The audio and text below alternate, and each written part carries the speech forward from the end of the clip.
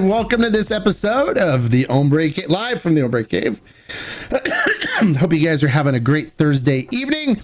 We have a very special episode today, so we're going to talk a little bit more about winemaking. And the reason why we did this, of course, is because when you break it down and you look at winemaking versus tequila making, there are so many aspects of it that are so similar, it's ridiculous. And that kind of makes sense as to why somebody like what's his name? I'm trying to blank on his name. Colin Edwards. Like Colin Edwards has come into the tequila world and really shaken it up by producing a really fantastic tequila in Cascanas.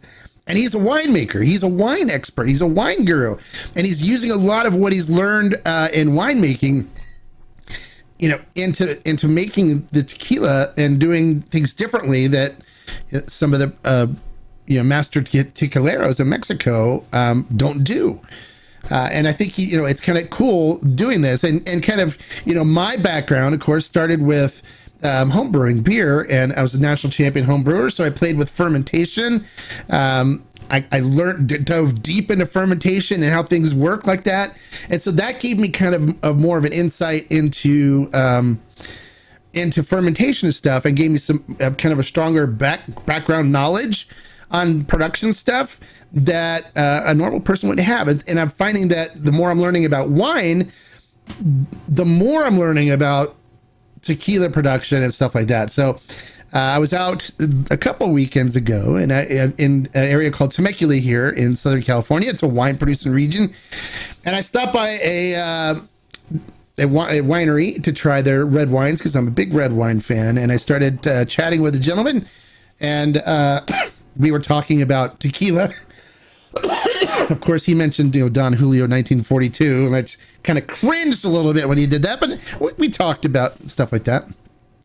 But I was tasting through his wines, and we were talking about all kinds of things, fermentation and bottle aging and barrel aging and stuff like that. And I was like, wow, this is really cool. We should bring this on and do this on the channel. And then we're doing our own Hombre Cave batches, like we've been updating on. The Cabernet Sauvignon, I racked it a couple days ago over to a glass carboy, so it's took it off with lees, which are the bed pile of dead yeast, and we're doing a malolactic fermentation on it. And I know you guys know about malolactic fermentations because the Cascanas pulled that out of their hat on that Joven that I developed with them, and so a lot of these things are things that you're gonna want to learn about and are going to be really cool. So I thought, hey, it would be really cool if we brought in an expert winemaker to talk with us about their craft, talk to us about their winery, and I think it would be really informative for all of us. So please welcome to the show, master winemaker, Dakota Denton from Gershon Bachus Winery. Hey, Dakota. How you doing? I'm doing great. Thank you for coming on. I appreciate it. Thanks for having me. Hey, this is a blessing for us because we always love learning from experts like you. And so I know you're I love your wines, so it's like we got to have him on and talk to him. So let's talk a little bit about your experience. I mean, what got you into winemaking, and what motivated you to say, hey, I want to become a winemaker? Actually, it was first just a job to get me to the beach so I could do some surfing, but that was back when I was 15. I got my first job at a local winery with my neighbors actually own the winery, so I started working just washing dishes and worked my way there, and then got to the beach a lot. Then when I got a little older, around 20, I was 20, I got a full-time gig in the cellar at another local winery, Leoness Cellars, and literally my first year in the industry, just fell in love with it. There was nothing else I wanted to do. So I caught the bug early on, and then from there I just started bugging the winemakers. I'm like, why are you doing it this way? Why are you not doing it that way? and just kind of learned on the job training. Oh, Um, nice. and then I worked for them for about 3 years, and then they transferred me to it was Temecula Valley Winery Management, and that was a big AP facility that produced multiple different wineries wines for them, which was a huge experience. Just a wealth of knowledge coming out of there because I'm there. I was working with over 300. I'm sorry, 3,300 barrels, and I got promoted as the cellar master there. And then, yeah, I got to work with about 12 to 13 different winemakers.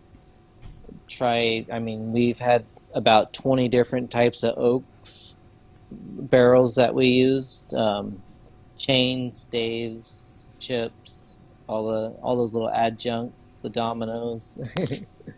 um, so I just got to learn a lot really quick, and I just was like a sponge, just ready to absorb it. Awesome. And Um, then so then you went from cellaring into actually winemaking, or yeah, so I was there working, and then my good friend who was the winemaker at Gershon Bachus before me, he moved to Iowa, and when he went, he recommended me for the position, and the owners hired me pretty much on the spot. Then and the I was also a assistant winemaker for Cougar at the time, so that kind of split my time. But working with Cougar was fun because they did all Italian varietals. A lot of these varietals you don't really even hear of, like Falangina, Negro d'Alva. Um, but there's just I got to learn a lot there, and we had the big wood. I think there were 600-gallon barrels oh, okay, the pipons, cast, right? so The those French ones were, pipons, I think they're called. yeah, or puncheons. We just called them cask because I didn't know the term. But so I gotta learn a lot there too. And then as our production grew at Gershon Bachus, they kind of pulled me over full time, and that's where I've been for the last 13 years. Oh, wow. Yeah, it's been a few years now. Yeah, well, I was really impressed with your reds, and then your Cab Franc is fantastic. I love it.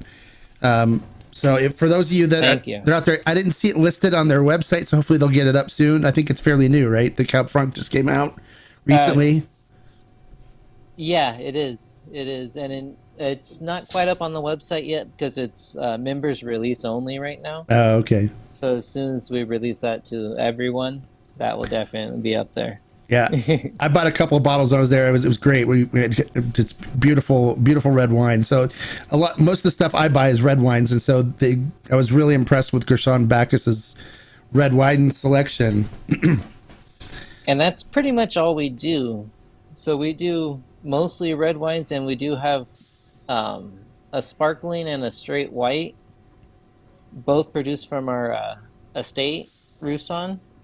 And then we just switch off when we sparkle it. So this vintage, the 2022, we're actually bottling coming right up this next month. Cool. I can't wait to try it. I'll come by. It's tasting great. I look forward to trying it. So one of the things that we talked about when I was visiting the winery was how closely tied like tequila production is to wine production. So one of the things that's big in tequila production when we were dealing with agave is I can't pronounce this word right, but it's terroir, terroir, which is where they're grown, right? So Yeah. with agave, we have like two main regions that they talk about for tequila. Weber Blue Agave for tequila, and that's the mostly it's the Altos or the Highlands of Jalisco, and the lowlands, the valle or the valley of Jalisco. So you're always talking about the differences in terroir and how they affect agave. So we want to talk a little bit about that with wine too, because wine terroir plays a big part. And so, like, you know, with wine, you can harvest grapes from, like, let's say, Pinot Noir grapes from one area and Pinot Noir grapes from another that may get cooler temperatures, more coastal breeze and stuff, and you'll get two different kind of flavor profiles from them, right? Oh, for sure, 100%. Also, what type of soil they're growing, whether it's like a sandy loam, clay, just granite, volcanic, like that plays a huge part in the outcome of the fruit too. So when you And go out there's looking for grapes from vineyards and stuff, you look at the soil, you look at where they're growing them and stuff. Yeah, definitely. The rows are lined up to make sure they get the full sun that they need to get the depth uh, on the berries to get that color out of the fruit. So you need the right sun contact, you need the right hill, right slope. So there's a lot that goes into it. And then there's a whole other idea of how much crop you should have per plant or how many clusters you should have per plant. So that quality over quantity that changes the outcome too. So it's like it's every little detail.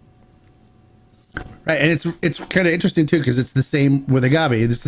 You harvest the quality agave that's ripe and it's got the right amount of starches, or because it's not quite sugar yet for agave, it has to be converted. Where grapes, it's converted, but you know the higher the brix content and the more ripe the agave are, the better the tequila is going to be when it's produced, and the better yield you're going to get, just like when you're pulling grapes off a vine, right? Yeah. Yeah, definitely. And then different regions like the growing our sugar levels in Temecula because it's nice and warm out here. It isn't really a problem to get where we need. It's getting the balance of the sugar and the acid. And the acid comes from with the cooler nights is when the acid develops in the grapes. So that really will affect it too. And then our little valley here in Temecula, we get this nice marine layer that comes in and just will settle in for a few hours in the mornings, which really helps cool down the grapes and help that maturity of the berry come through. That's all cool stuff. I find it. Excuse me. I got sick this weekend, so I didn't make it out to the distillery. So I'm just getting over it. So I still have a little bit of the residual cough. But It's going around. yeah, it's horrible. My wife's downstairs with pneumonia, so she had it and then didn't rest and stuff like I did. I basically took 4 days off and just stayed on the couch with a blanket. But she ran around and traveled, and so now she's got pneumonia. So she's downstairs, curled up on the couch in pain, watching Yeah. TV. So that's one of the things that I really thought was kind of cool is the terroir aspect with tequila and with winemaking. So then we talk about crushing the grapes, right? And we have to crush the agave. So to extract the sugars, of course, with the agave, it needs to be cooked in order to convert the starches to sugars. But it's kind of different. It's kind of the same with grapes, in that the fermentation for agave, it is in fructose. It's an 80-20 fructose glucose mix. 80% fructose, 20% glucose, where I know some varietals of grapes, it can be different, right? You could have a lower fructose, higher glucose, or a higher fructose, or lower fructose, Yeah. higher, depending on how it The ripes, or, varietal and, and how, and terroir and stuff. How does that work? but that kind of goes into the whole maturity of the grape. So obviously certain varietals are going to have different levels, but as you mature, the older, like your ice wines, will have that more so the glucose versus the fructose because of the amount of time on the vine. It gives it. I'm not exactly sure the exact term, um, but that's part of the reason that happens right there. Is the longer it stays on the more it stays on the vine, the more that conversion happens. Yeah.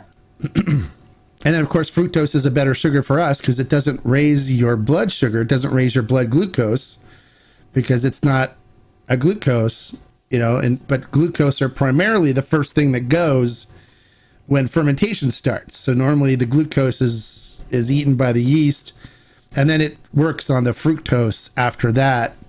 And so normally towards the end of fermentation, if you have any residual sugars in there, it's mostly going to be fructose, which has a tendency of being a sweeter tasting sugar, right? I'm not sure about that. I've been doing a lot of The studying. sweetness of the difference. I told you I geek out about this stuff. I love it. So when you guys when you do your fermentation, what's involved? What kind of things do you think are really cool about the way you guys ferment stuff versus where you've worked before? And Well, one thing that I love is our tanks. We have concrete vats that we're using. They're like about 1,000, just over 1,000 gallons. And just the concrete really helps cool the wine down and keep that wine cooler because the temperature of the wine plays a huge part of the end product during fermentation.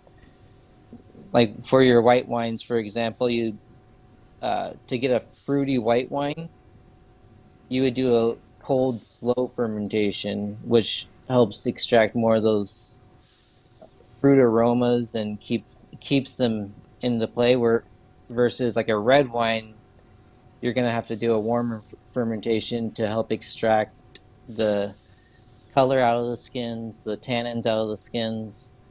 So you still want that fruit, so you still have to play a nice balance between how cold and how hot. do you guys have proprietary yeast that you use for different stuff, or do you use the same yeast for all of your varietals? Or We use different yeast for different batches, but we get all of our from a lab, so all of our yeast.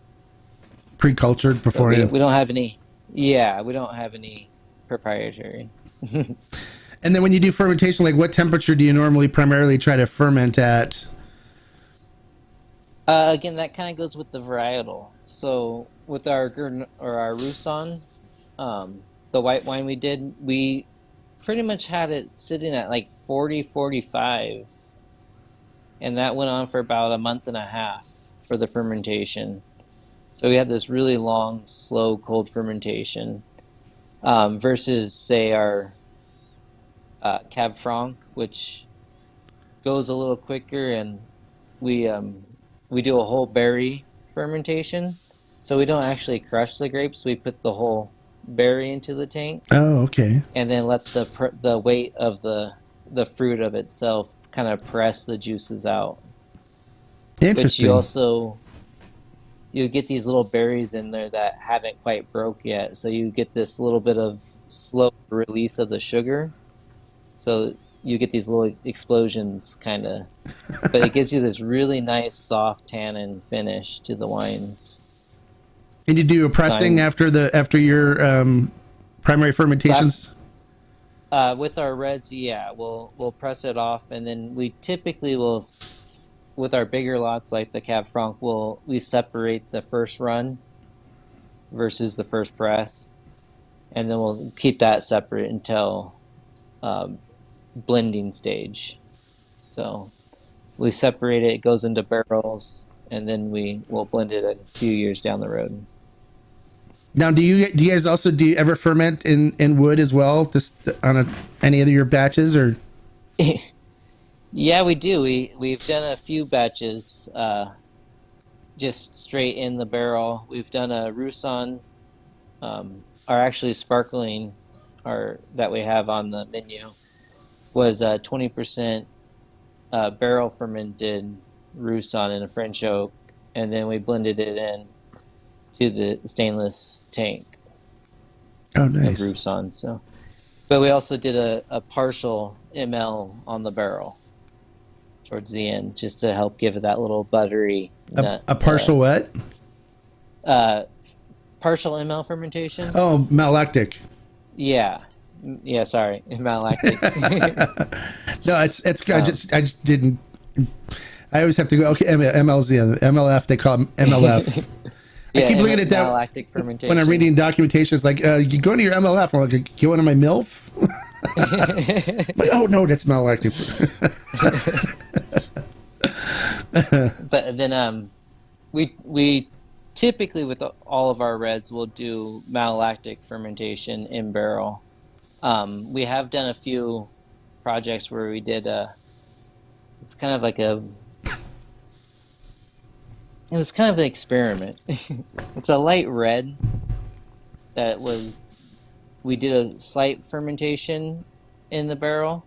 So we started fermentation in tank, threw the juice into the barrel, let it ferment in there, and then we French oak barrels for about 3 months. Then we filtered it, racked it, and then we're gonna bottle it. It's gonna be a 2022 light red wine, kind of like a Beaujolais Nouveau type of wine. That sounds good. It's gonna be it's a fun little. It's nice, bright, just fruity, like almost rosé, but too dark to be a rosé, and not produce like a rosé at all. No, I'm not much of a rosé person though. I normally like the more, the bigger, heavier ones. bigger reds, like the Cab Francs and the Pinot Noirs, and something that has a little more substance to it on the red side. My wife is a big Chardonnay drinker. I buy her Ron Bowers as bribes, so to allow me to spend money on tequila and stuff, I'll buy her Ron Bauer. If it works, it works. It's like, here. Oh, honey, look. She goes, how many bottles of tequila did you buy? 12. She goes, 12. Yes, but I got this. Oh, Ron Bauer. Yeah. Okay. Great. Thanks. Enjoy your tequila. I'm like, thanks. Okay. That works. So for those of you too, I know we talk about malolactic fermentation. We talk about that as far as like the Hoven goes, the cheesy notes and butter notes and stuff that you get. Let me kind of explain a little bit. I'm just going to take a second to explain to people what malolactic fermentation is. Because I know people talk about it with tequila too, because tequila will automatically go into malolactic fermentation if they let the fermentation go. So they normally try to, because they do open air fermentation with it. They don't do closed air fermentation most of the time. So they just pitch, in and just let it kind of do its thing, or sometimes they'll just let wild yeast go to work on it. And so the malolactic fermentation normally happens 6-7 days after the primary is pretty much done, because the primary is normally done in about 5-6 days. And then after that, it'll go into malolactic. So if they go 10-14 days on it, it'll actually start going into malolactic fermentation. And what that means is it means that there's a bacteria in there. It's a malolactic culture that will start digesting and eating the malic acid that's inside the mosto, which is, or must is what it's called for winemaking. See, mosto is actually must in Spanish, so there's another close thing too.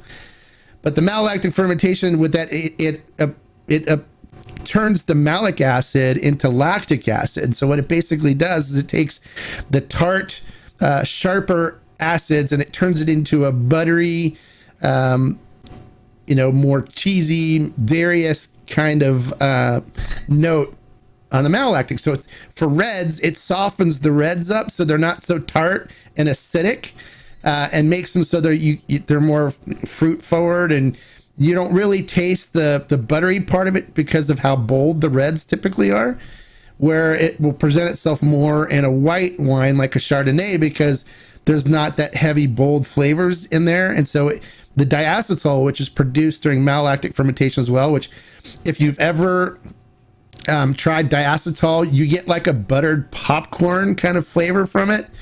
And that'll show up from malolactic fermentation in whites.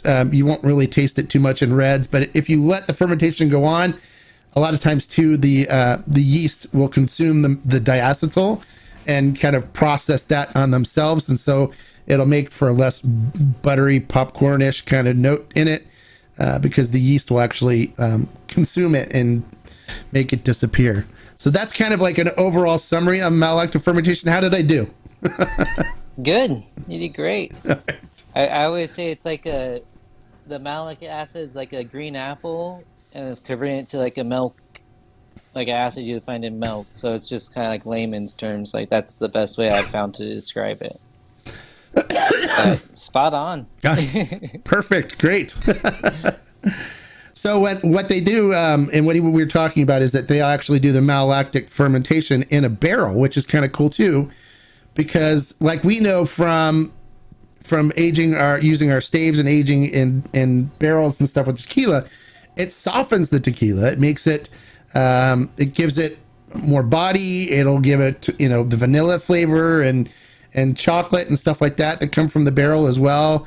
Well, it does the same exact thing for wines as well, right? It softens the reds, makes them more approachable, adds more of the cocoa notes and vanilla and stuff to them as well, right? Is that what you're looking for? Definitely, yeah. And each barrel, I mean, you pretty much order the barrels the way you want them, and it's like buying anything else. If you're looking for a barrel that's high in vanilla notes, they'll be like, this is the wood for you. So I mean, you could really find what you're looking for almost anywhere but whether it works with that wine is the thing. Because I've worked with barrels that have been amazing with this Syrah over here, and then we get another vineyard and put in that like same type of barrel, same toasting and everything, and it's completely awful. Like, so it really determines on the wine you're working with, and kind of just knowing the fruit and being able to choose the right barrel and get the right influence you're looking for.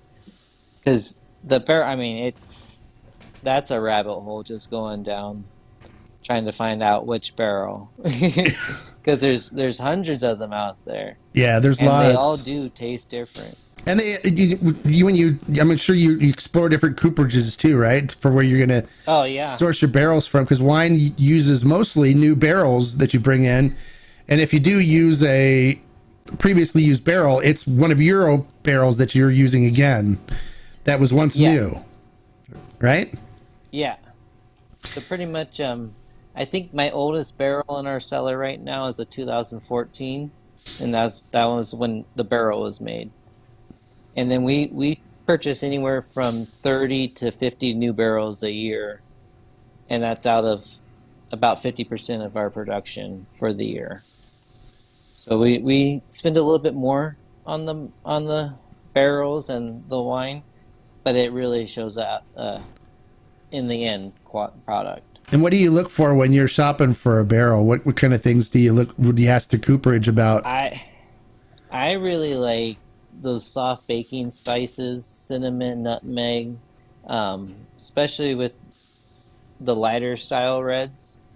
And then with the bigger ones, I like that hint of cocoa. Vanilla always is a nice influence. And you get that from the French oak, or I've been getting that from our French oak barrels. We use a lot of Hungarian oak barrels too, which am finding a lot of that cinnamon, nutmeg, like, what's the word? I'm blanking right now. Notes, I guess, is a way to put it. Yeah, flavor notes. Yeah, Chris, if you're watching, dude, get us some Hungarian oak. We need to get Hungarian oak for our staves. See if he pops up. You haven't seen him comment yet, but he's Beyond Barrel aging staves. He gets French and American oak for us. And one of the things that he's really big on, and I was watching some videos, and I don't know if this is something you look for too when you talk to your cooperages or not. Do you look for outdoor seasoned versus kiln dried, and Do you try to go for the outdoor Yeah, season, and what kind of season? I usually do a 3-year outdoor season with our barrels, Okay. so it definitely has that outdoor. The cheaper barrels will go like 2 years for the season, or they'll have like wood bent ones or water bent. Sorry, that's wood bent. Yeah. Water. They'll have like water bent ones, Warped. which I'm not too real. I haven't had the best experience with, but that might just be the cooperage I was working with at the time.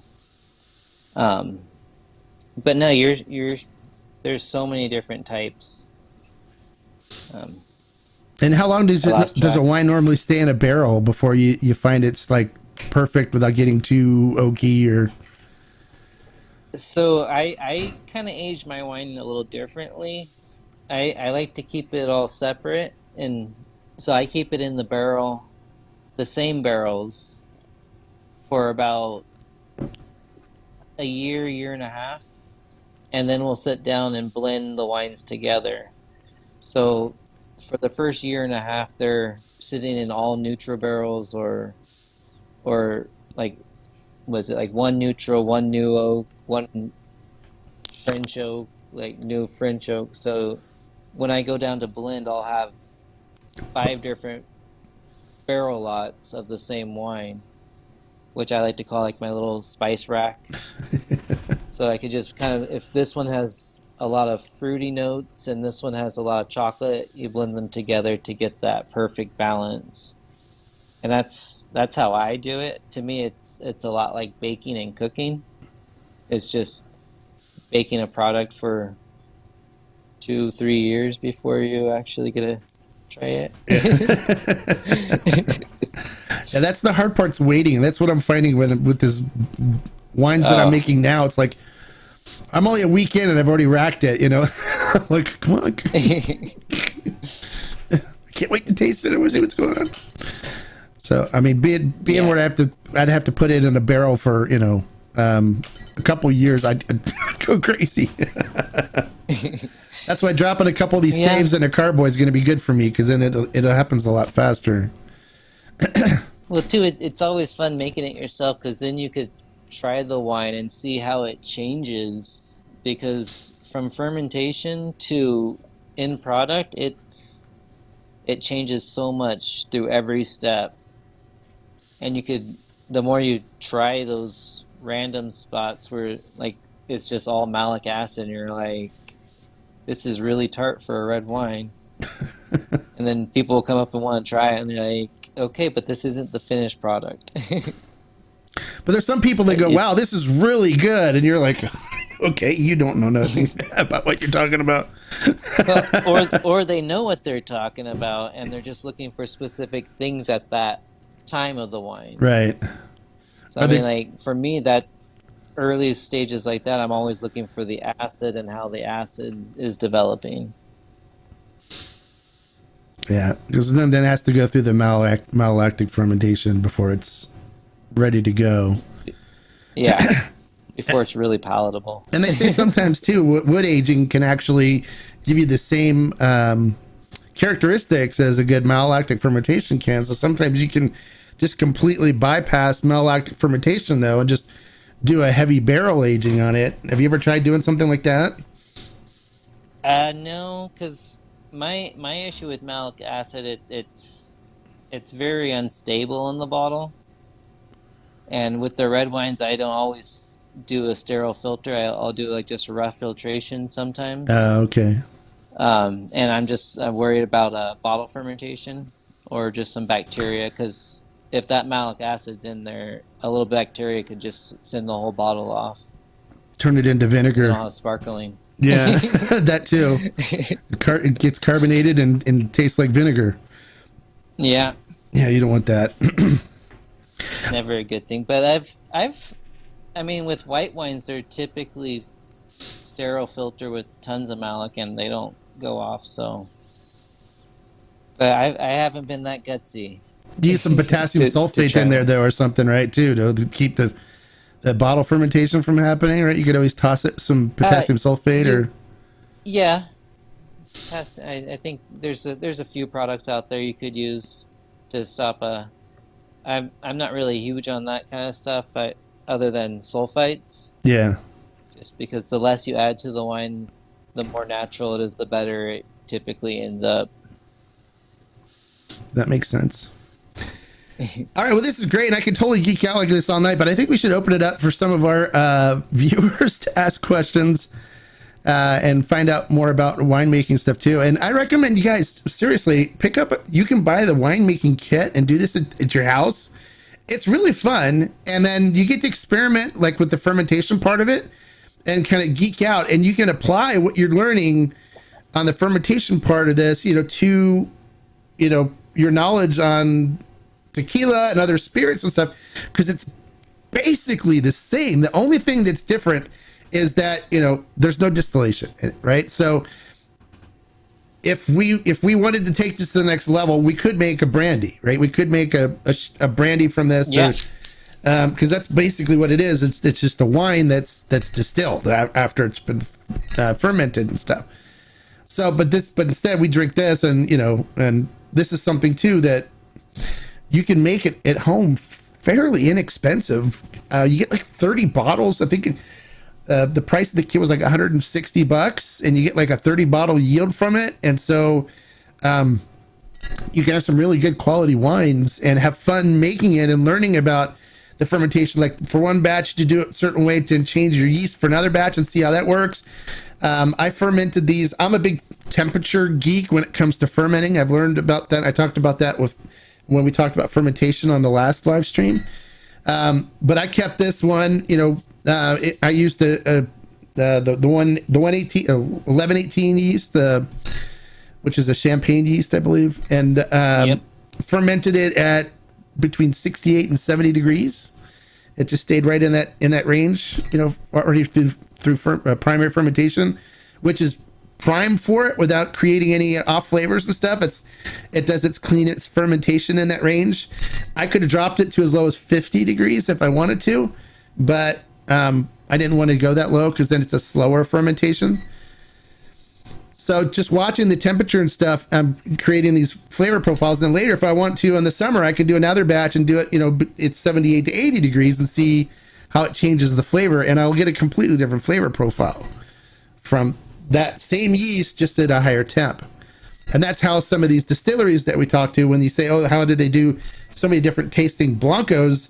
They just mess with the fermentation. And that's basically where you can get all these different flavor profiles, is changing the temperature, changing the yeast, and you'll get a really interesting flavor profile from it. And that's what they do. Like he was talking about with his wines, reds get fermented at a different temperature with different yeast than whites. They'll get fermented at another temperature with a different yeast. And I'm sure there's a lot of experimentation that you did on them, and you probably had a couple batches where you're like, oh, this is not good. We have to dump this, which unfortunately, happens.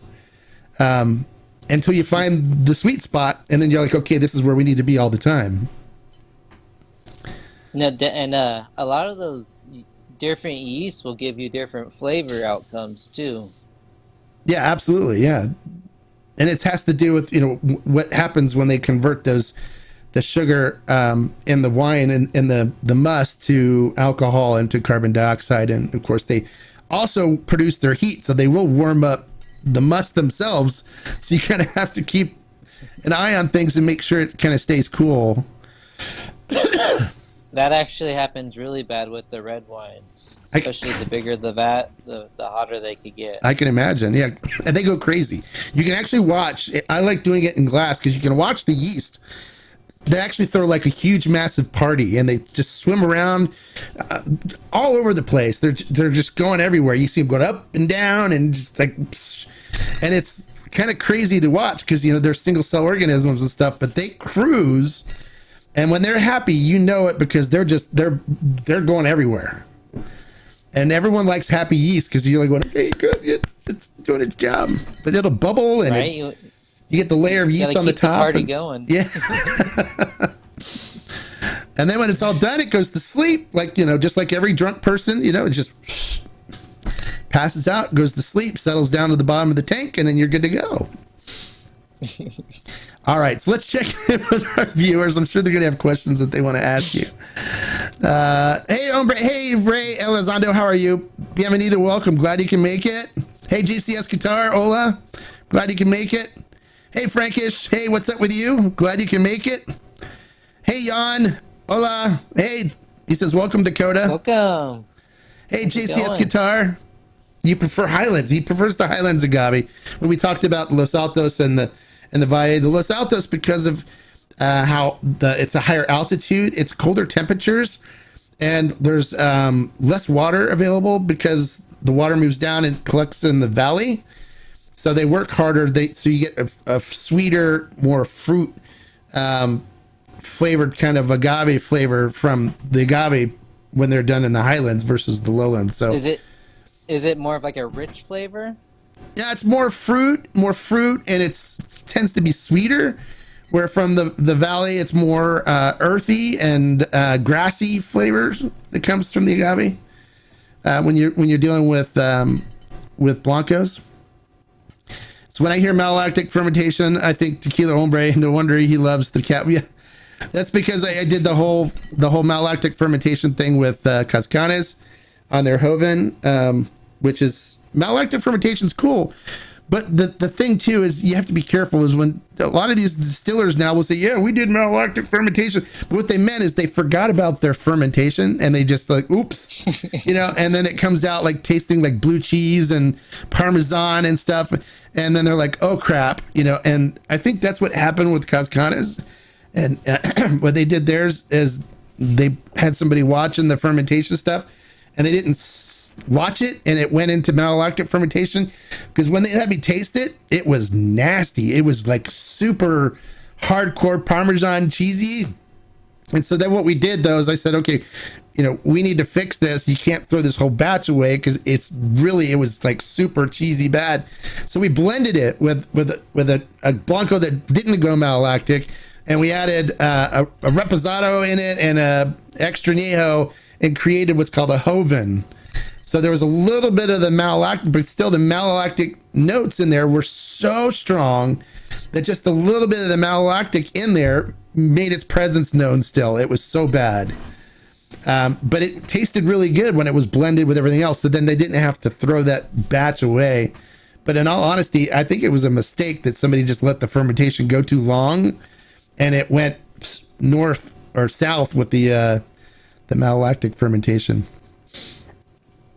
So that's pretty much how champagne got its start. Yeah, exactly. Yeah, it's true. So California wants to know, how long does the fermentation last for typical red wine, and do you only add yeast at the beginning? Typically, a red wine fermentation will last anywhere from 7 to 14 days. It's pretty quick. And yeah, you typically only add yeast at the beginning. You can add yeast towards the end, but that's typically you're adding a champagne yeast because you're having trouble with stuck fermentation. Yeah.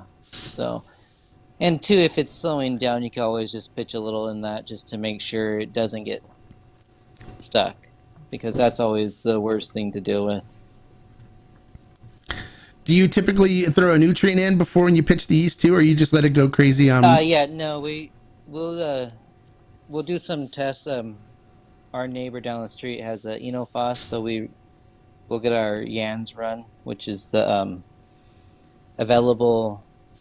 Oh, I always forget. It's the amount of food in the wine. The nutrients for the yeast. Yes, I forget the exact term. It's all that wine I've been drinking. It's okay. Don't worry. Don't worry. I think everyone's drinking, right? Everyone's drinking now. Everyone's drinking something, I'm sure. I'm drinking one of his wines. I'm drinking the VVTR. Is that I did it? Tutoroso. Yeah. Okay. Yeah, the Viva Vino. Villa Vino. Villa Vino. It's our house red. Yeah, okay. That's what I'm drinking right now. It's good, and I have a couple bottles of their Cab Franc, which is amazing. It was great, and it was funny because I was actually at another winery, and they said, "Oh, you want a good Cab Franc? You're a Cab Franc guy. You have to go to Gershon Bachus and have their Cab Franc. So I actually was told by another winery to go to his, and that's how I met him. So, all right. Anybody else have any other questions about winemaking or barrel aging or anything like that for Dakota while he's spending some time with us today? Any other questions for him? And those of you that are in Southern California, they can come out and visit the winery, right? And try some of your wines. We're open 7 days a week, noon to 6 during weekdays, and then 11 to 6 on the weekends. So it's a nice little on top of the hill, great views, great wine. Yeah, I was impressed. And always just a fun atmosphere. I'm bringing a group of friends because I was going to bring my friends last weekend, but I got sick, so I had to cancel on them. I didn't end up going to Temecula, but I keep telling them I'll take you and we'll go. I was hoping that we'll meet you and I'll introduce you to them too. They're big red fans as well, red wines. But they're cool people. Yeah, that'd be great. Yeah, and then I'll bring you. I've been telling him about my aging projects, and so. Dakota's interested in checking out the aging staves, and I told him I'd bring him some my little sample bottles of my aging projects to try. So we'll definitely do that, so you can try what the aging staves have done. And a lot of these guys are doing aging projects as well with their tequilas. Actually, I was since you mentioned it was it 2 weeks ago, about the staves? I contacted one of our cooperages.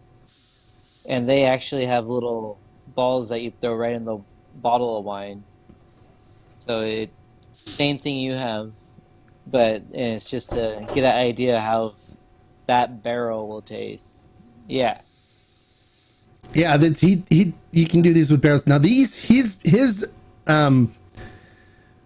wood is normally a 5-year open air seasoned. A season. Yeah, I think I forgot. Yeah, I wish he was here. He was here today, but he's not commenting, so I don't think he's here. But I think the minimum he goes is 3 as well. So these are all open air season. He hates kiln dried. He will not buy kiln dried wood, and then he cuts them so they fit directly into a bottle. And then this is a number 3 toast. So this is a medium toast on it. And he'll do a number 3 or a number 1 toast, which a number 1 is kind of just like a light toast, and then number 3 is a medium toast. But I'll bring you a couple of these ones to try too, and you can compare them against the ones that the cooperage gives you, because he does a really good job of sourcing some really good wood, and we noticed like a huge difference in the flavor profiles from other like spirals and stuff that I've tried before. Yeah. I bought some adjuncts from Oakwise. I'm sure you've probably heard of them. They're out of Napa, and I find that even these quality of the wood here was better than what I got from Oakwise, which they supply Napa Valley and Sonoma Valley with their adjuncts and stuff. And I don't know even if they supply Temecula too. They probably do, but I know they're a California supplier. But his wood was actually did a better job.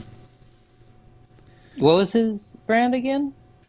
It's called Beyond Barrel. The Beyond Barrel. Yeah, Beyond Barrel Aging Staves. bbaging.com is his website. That's great. I'll have to look into that. Yeah, I'll bring you. I've got a bunch of staves, so I'll bring you a couple. You can test them on something. You want? I can because we do little samples in kegs all the time. So we'll break a barrel down, throw a couple of different little experiments in there and see how they turn out. Yeah, these were made for 750 milliliter bottles. So to do a keg, we'd probably need a bunch of them. But I can bring you some to try, and you can test them on something and see what you think. And I'll bring you some American and French oak to play with, and you can try them out and tell me what you think. We have another question. What does stainless steel do to wine? Not really much. It's neutral, right? It's neutral. Yeah, it's clean. It's easy to sterilize, and it's easy to chill your wine down in the stainless steel. But it really doesn't affect the flavor of the wine. That's one of the reasons why they use stainless a lot in tequila production too. Even with like the autoclaves and stuff, because it's easy to clean, and then it conducts cold and heat, well. Mm-hmm. So if it's cold outside, it'll actually keep the tank cooler. If it's hot outside, you can put a cooling jacket around it and pump water through it, and it actually will cool the stainless down too and keep your tank cool, so it doesn't ferment too hot. We have one, but it's to me, it's all about the hygiene. I mean, as soon as you start getting dirt in your wine, it's gonna go bad really quick. And even just old wine, if you don't clean every little nook and cranny, which stainless steel and the stainless the wine industry uses is 316, not the 304, which is a higher grade stainless steel also. And then the welds are all done a lot cleaner than your typical welds. Yeah, so you don't get yeast or any nasty critters hiding in the welds. Any little nooks and crannies, yeah, in the welds themselves. Yeah. So it's a big part of keeping it clean, because you don't want some random yeast fermenting your wine either. Yeah, you can get a wild yeast get in there, and it'll make it really funky. It doesn't taste right.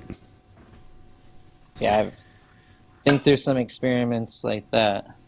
We've had just randomly, we had crushed 40 tons of this fruit, not at Gershon Bachus, this is another place. But one of the bins we had crushed had literally fermented from like 23 bricks to 0 overnight. Wow, that's fast. That's super fast. I mean, typically something that fast will get too hot and kill the yeast off, and you'll have a stuck fermentation. But it overflowed on the bin a little bit too, because it was an open air fermentation bin, and because the red wines, as they ferment, the skins in the must gets pushed to the top of the tank, and you have to keep those wet and push them down. It also will help cool down the wine during the fermentations. But yeah, so that initial bubbles push the berries out over the top of the bin itself, the fermentation. So it was not a fun cleanup. No, I'm sure you guys were not very happy about losing all that big yeah, no, it was amount of fruit. it was a good amount that way. I mean, we made it work. But that's what you do, right? Yep. You guys end up doing something with it? Yeah, they actually ended up blending some sugar into, or grape concentrate, and making a port out of it. Oh, sweet. So it worked out. A little alcohol, a little. You fortified it a little syrup. bit. Yeah. Nice. Call it a late harvest or something. Yeah. You could actually also distill it, I guess, and kind of add that into a wine to make a port, right? Because they typically use sherry or. We do a port, and so what we do, it's what is it? It's a grape based alcohol, but it's 198 proof. Oh wow! It's like straight alcohol, but you need like 10 gallons of it to add to 1,000 gallons to bump it up to where you need your alcohol. But with the ports, you usually stop the fermentation by adding the alcohol to it, and that will kill the yeast off, leaving the sugar, the sweet flavor in there. So what bricks do you try to stop it at when you add typically I would say around 10 to 6 for a port, but that's all for their flavor base. I mean, I would leave that up to the winemaker to make that decision. Yeah. Interesting. But I mean, like, I would go for more of like a 6 like around 6 bricks, because I'm not really into the sweet wines. I'd rather have a Merlot and some cheese than dessert. I know a lot of people like that. I love a good tawny port. So, I mean, I can enjoy it. I can appreciate it. Don't get me wrong. I like it with a good dark chocolate. I love good dark chocolate. So, a good tawny port with a solid dark chocolate for me is like perfect. So, what do you know? Like what ABV do you normally shoot for your ports? We're looking around anywhere from like 18.5 to 19. Okay, so right below not 20. Too hot. Mm-hmm. Yeah, sorry, keep throwing my bottle around. We like to keep them on the more of the lower side for the ports, because they could get up to 21, 22. They could get pretty high, and too much alcohol can come off that. You get that burn, which is great for tequila, but no, we don't like the burn either. We like smooth.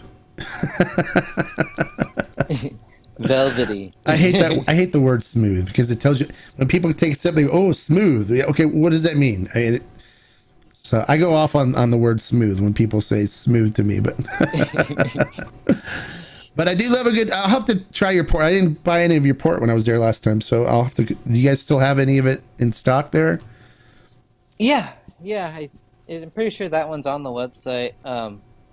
So that we have actually 3 different ones, to tell you the truth. We broke their batch up and we did one straight port, and then we used we did barrel ages on the other 2. So one has more of a mocha. We did a heavy toasted on that one, and then the other one's more of a vanilla with a lighter medium toast. Oh, nice. Okay. So you get these little different hints from each one, but they're all fairly similar. But it's nice to see that little difference. Yeah, I'll have to buy a bottle of both and try them side by side. Yeah. That'd be kind of cool to see the differences. We'll do a port tasting. Yeah, sounds good. That could be trouble, though. Yeah, it could be. Hey, you're welcome, JCS Guitar. I'm glad you're enjoying the interview and the information. Anybody else have any other questions for Dakota instead of me sitting here talking to him all the time? If not, we'll wrap this thing up. Let him get back to his family. He's got a wife and child he's got to hang out with. 3 kids. Oh, 3 kids he's got to hang out with. So, any other questions for Dakota? Or anything else you guys want to say to him? Why we still have him here? I guess not. Well, I hope you guys could come down to the winery, Temecula, and just check out if not ours, just any of them. There's plenty of wineries down here. Something for everybody. Yeah, all of you Southern California guys that are here in Southern California, Temecula is a fun wine tasting trip, a day trip for us to head down there, and just make sure you have a designated driver, because you can get pretty hammered going from winery to winery. That's for sure. But Gershon Bachus is definitely one that I'd recommend checking out, especially if you're a red wine fan. And we're not on the main road either. We're on the Deep Portola Trail, so we're on the backside. There's 10 local family wine-owned wineries out there. Yeah, they're not a big touristy place. It's a very small boutique winery. You get like snack chips and stuff when you go there. It's not like a big tourist place with a big restaurant and stuff like that, but it's really the views are amazing because they're up on a hill above everybody else, and so you can see the whole Temecula Valley with all the vineyards and stuff from up there. And it's the people are super nice. There's dogs running around. It's really cool. We are dog friendly. Yeah, it was really cool. Can people bring their dogs if they want to sit on the back patio there? Yeah, no, because we don't have food, we allow dogs. So they're also allowed to bring, because we don't serve food, that they could bring their own picnics and stuff. We do ask them to buy a bottle. Yeah, of course, yeah. And there's a nice patio area that you can sit out and actually look over the Temecula Valley while you're drinking one of their wines. It's actually very pretty. So if you make it down, or if you want to plan a Tequila Hombre trip down there, we can do wine tasting together as a group. I think that'd be kind of fun. And we go in and we'll stop in and see. I'll make sure that that Dakota knows we're coming so he can be there for us. That'd be a blast. And we'll stop by and hang out with Dakota and talk. If you guys want to, we can put that together and plan it for a weekend or something. Well, Dakota, thank you so much for your time. I appreciate it. I know you worked all day today, and then you want to come home and spend time with your wife and kids. And right. But I appreciate it. The rain today. Yeah, it was. It rained a little bit, and then it cleared up kind of nicely in the afternoon. Oh, I got it all day. Oh, you got all day in Temecula? Yeah, pretty much. Temecula has its own different weather system, which is kind of interesting. But there's like a little valley in the mountains that just the funnels in the clouds and the moisture from the ocean, and it's what makes Temecula so great for the grape growing. Yeah, it's cooler. It's weird how it's cooler and stuff there at times than it is here, and other times it's like hotter there than it is here. And so it's like you always have to look and see what's going on in Temecula. Check the weather there before you head down, even though it's only a half an hour away from us here.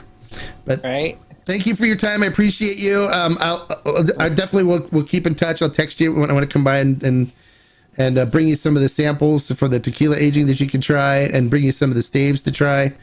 And we'll have some more wine together and talk, and I'll bring my friends too. That sounds great. All right. Thanks again. I appreciate it. Have a great one. All right, guys. Like I always say, life is too short to drink bad wine or bad tequila. So, hey, try some Gershon Bachus wine, and you'll be in great shape with some good reds.